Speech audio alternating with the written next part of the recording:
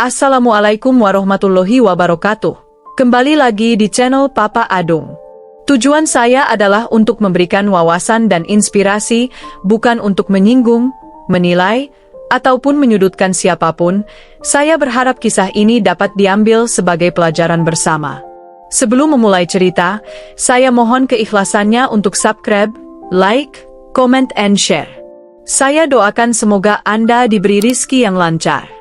Rina adalah seorang wanita cantik yang tinggal di Desa Mentili, sebuah desa kecil yang dikelilingi hutan lebat dan sawah hijau. Parasnya seperti bunga desa, membuat siapapun yang memandang terpesona. Ratno, pemuda paling tampan di desa, adalah pujaan hatinya. Hubungan mereka menjadi buah bibir karena kemesraan mereka yang dianggap sempurna. Namun, semua itu hancur dalam semalam. Rina memergoki Ratno berselingkuh dengan wanita kota yang datang ke Mentili sebagai pekerja proyek jalan. Wanita itu membawa kilauan modernitas, sesuatu yang membuat Ratno berpaling. Dunia Rina runtuh. Hatinya tak hanya patah, tetapi hancur berkeping-keping. Setiap malam, Rina duduk di bawah pohon randu besar di tepi hutan, menangis dalam kesendirian. Dia bertanya-tanya mengapa cinta yang ia bangun dengan sepenuh hati berakhir begitu pahit. Hingga suatu malam, seekor kambing putih datang menghampirinya. Kambing itu tampak berbeda, dengan bulu yang bersih seperti kapas dan mata yang lembut, seolah mengerti penderitaannya. Rina mulai merasa ada kedamaian saat kambing itu berada di dekatnya. Setiap malam, kambing itu datang, dan kehadirannya seperti obat bagi luka hati Rina. Penduduk desa mulai berbisik tentang hubungan aneh antara Rina dan kambing itu, tetapi Rina tidak peduli. Dalam keheningan malam, dia berbicara kepada kambing itu, mencurahkan segala rasa sakitnya. "Kamu satu-satunya yang tidak mengkhianati aku," bisiknya suatu malam sambil membelai bulu kambing itu. Mata kambing itu seakan menjawab dengan kehangatan yang tak pernah Rina rasakan dari siapapun. Namun, cerita ini baru saja dimulai. Di balik tatapan lembut kambing itu, ada sesuatu yang luar biasa, sesuatu yang akan membawa hidup Rina ke arah yang tidak pernah ia bayangkan sebelumnya. Malam itu, bulan purnama menggantung di langit Mentili, menerangi desa dengan sinar keperakan yang magis. Rina duduk di tepi sungai kecil yang mengalir di belakang rumahnya. Kambing putih itu kembali datang, seperti biasa, namun malam itu terasa berbeda.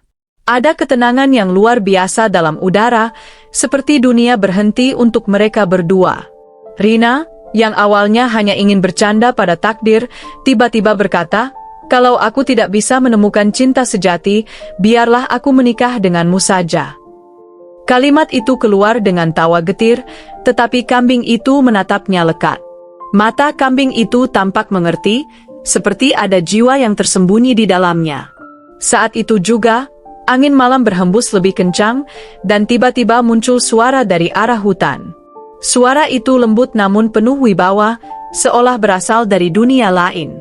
"Rina, jika itu keinginanmu, aku akan menerimanya," kata suara itu.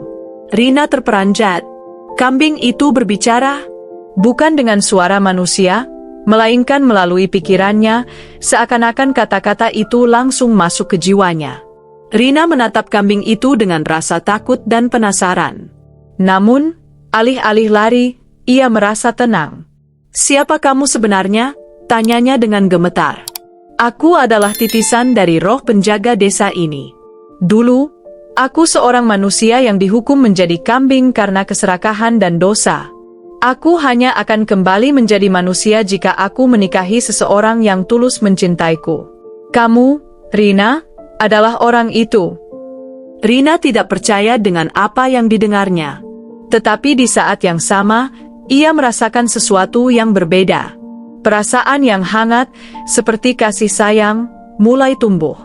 Kehadiran kambing itu memang selalu membuatnya merasa diterima tanpa syarat, sesuatu yang Ratno tidak pernah berikan. "Kalau aku menikah denganmu, apa yang akan terjadi?" tanya Rina. "Kita akan saling menyembuhkan," jawab kambing itu.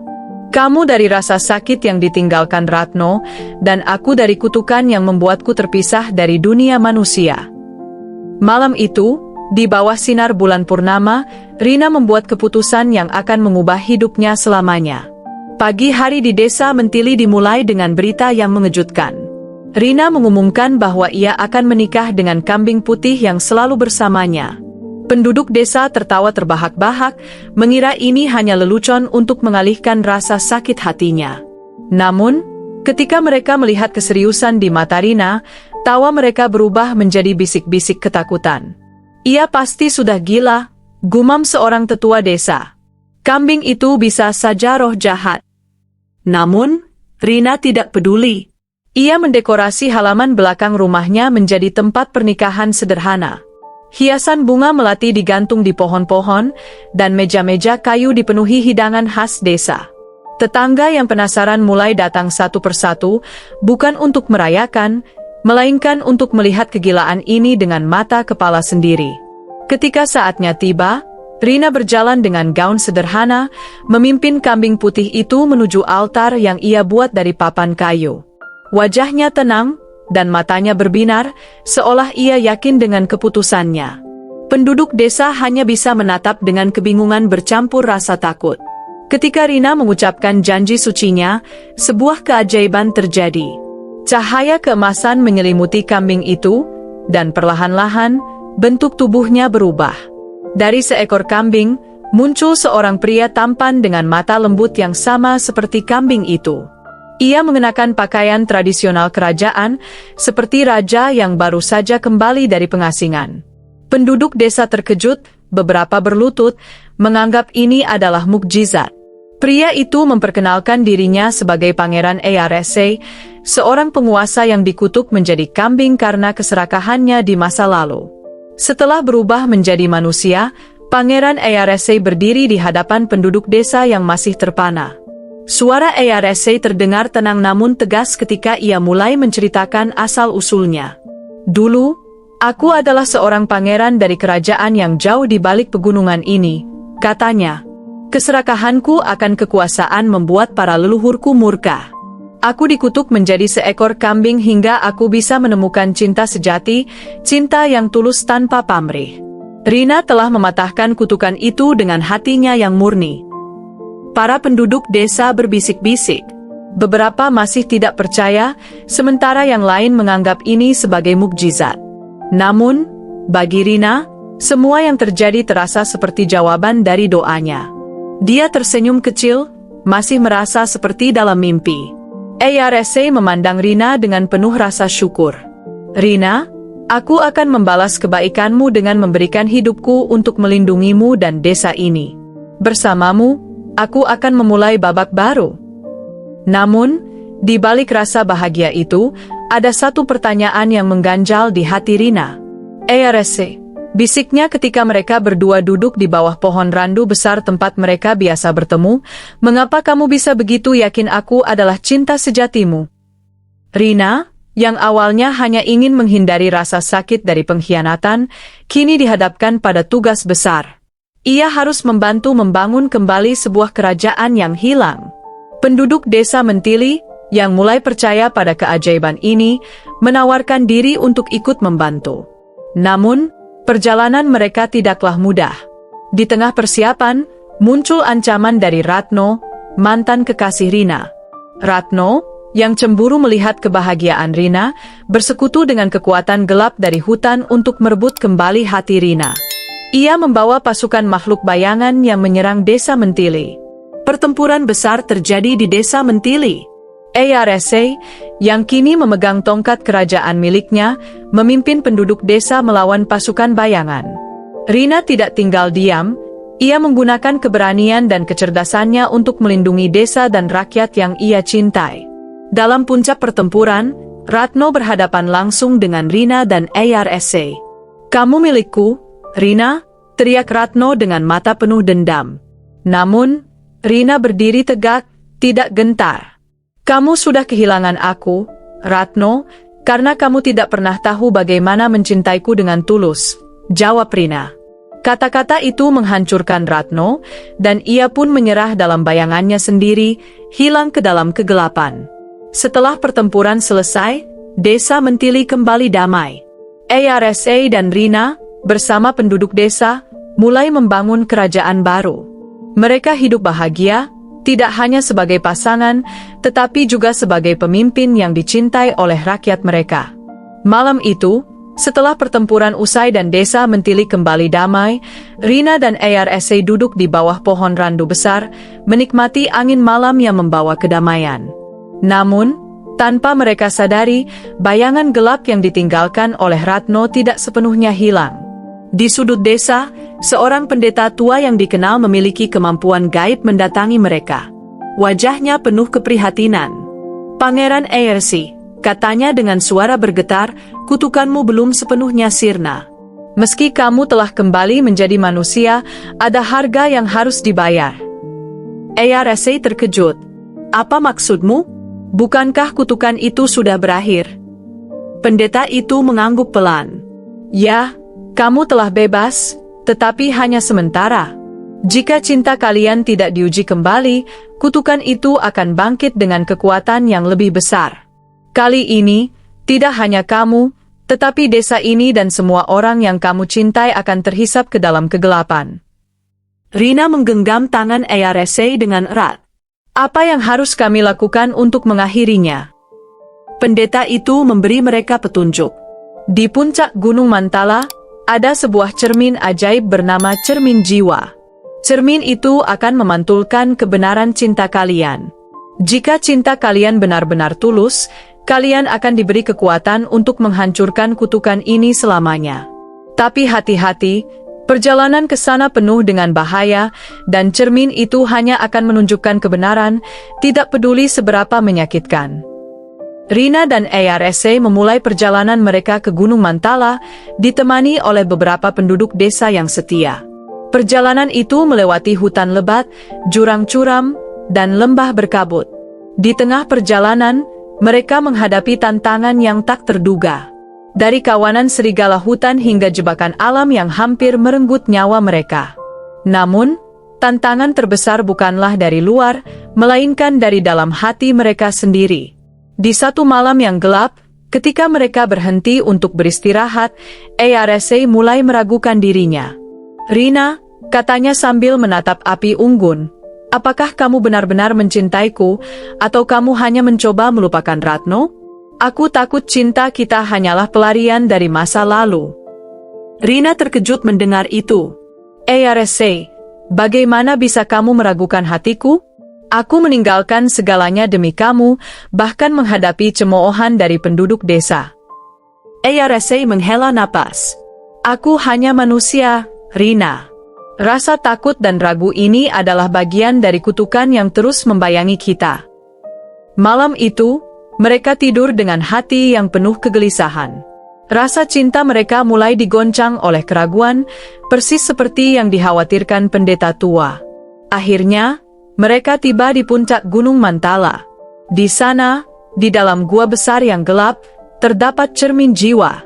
Cermin itu berdiri megah, dengan bingkai emas yang berukir pola bunga dan burung.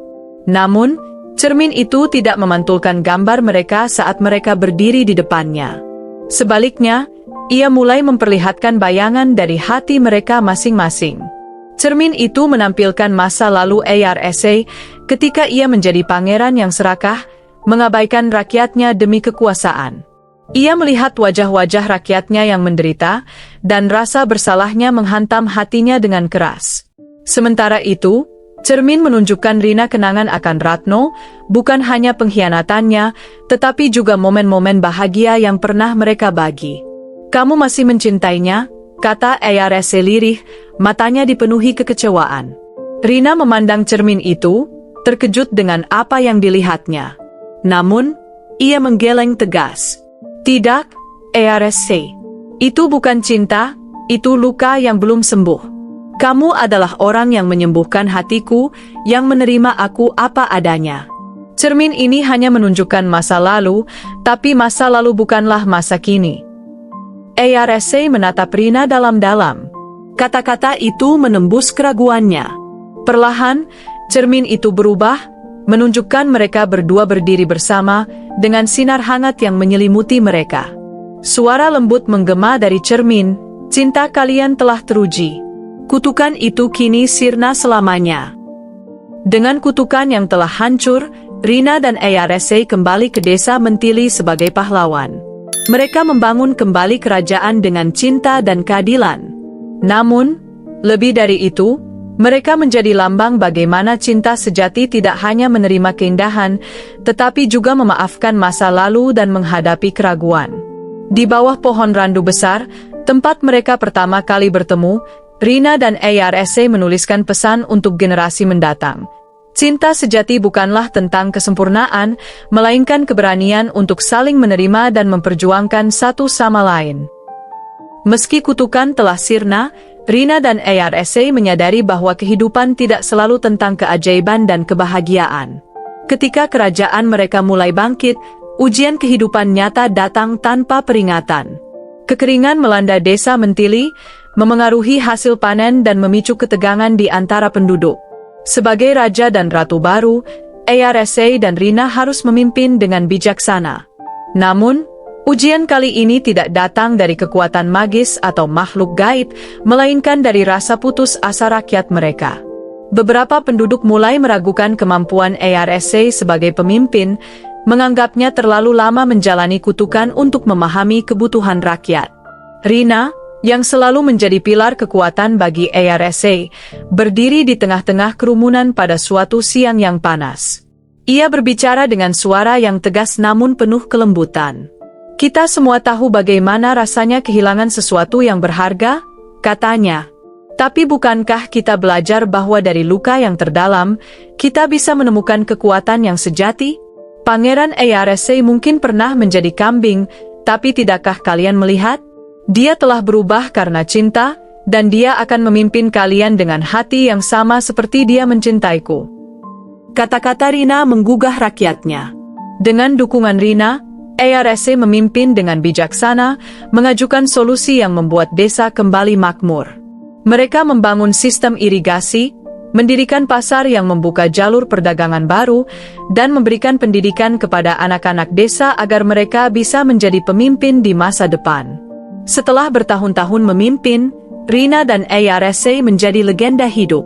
Mereka bukan hanya pasangan yang mengatasi kutukan, tetapi juga simbol cinta dan kepemimpinan yang tulus. Desa Mentili, yang dulu hanya sebuah desa kecil di pedalaman, kini menjadi pusat peradaban baru, tempat orang-orang belajar tentang keberanian dan pengorbanan. Pada akhir hayat mereka, Rina dan Eyarese dimakamkan di bawah pohon randu besar tempat mereka pertama kali saling menemukan. Di atas makam mereka, penduduk desa membangun sebuah monumen kecil dengan tulisan yang sederhana namun penuh makna. "Cinta tidak sempurna, tetapi cinta selalu cukup untuk mengubah dunia." Dari perjalanan Rina dan Eyarese, ada beberapa hikmah yang dapat diambil. Cinta sejati menerima kekurangan. Baik Rina maupun Eyarese memiliki masa lalu yang tidak sempurna. Namun, mereka memilih untuk saling menerima, menunjukkan bahwa cinta sejati adalah tentang menerima, bukan mengubah. Keberanian untuk memaafkan. Meski Rina terluka oleh masa lalunya bersama Ratno, ia tidak membiarkan rasa sakit itu mendikte masa depannya. Ia memaafkan dirinya sendiri dan memilih untuk melangkah maju. Kepemimpinan yang tulus dimulai dari hati.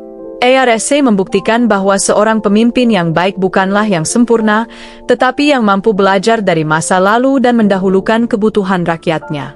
Setiap ujian adalah peluang untuk tumbuh, kutukan, pertempuran, dan tantangan membentuk Rina dan Eyarese menjadi pribadi yang lebih kuat. Mereka mengajarkan bahwa kesulitan adalah bagian dari perjalanan menuju kebahagiaan.